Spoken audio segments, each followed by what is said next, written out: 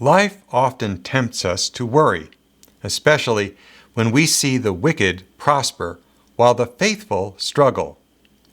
Psalm 37 addresses this very issue, reminding us to trust in God rather than fret over circumstances. In Psalm 37, verses 3 through 4, David encourages God's people to trust in the Lord and do good, dwell in the land and befriend faithfulness. Delight yourself in the Lord, and He will give you the desires of your heart. This passage teaches us that faith is not passive. It requires action. We must trust God and actively do good. It is easy to become discouraged when life feels unfair, but we must remain faithful where God has placed us. David's admonition to dwell in the land is a reminder that God provides and sustains His people, even when things seem uncertain.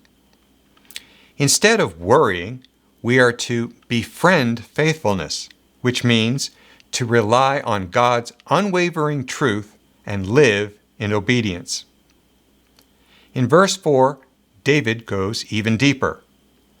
Delight yourself in the Lord is not just about believing in God, but finding joy in Him.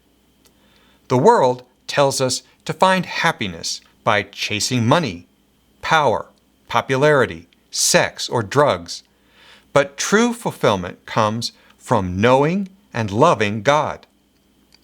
When we delight in Him, our desires begin to align with His. This is why verse 4 promises that He will give you the desires of your heart. God does not grant selfish wishes. He transforms our hearts so that our deepest desires reflect His perfect will. This passage challenges us to live differently. Instead of worry, we choose faith. Instead of vanity, we find joy in God's presence.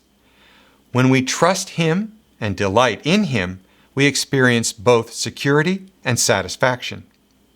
No matter what is happening around us, we can rest in the faithfulness of the Lord.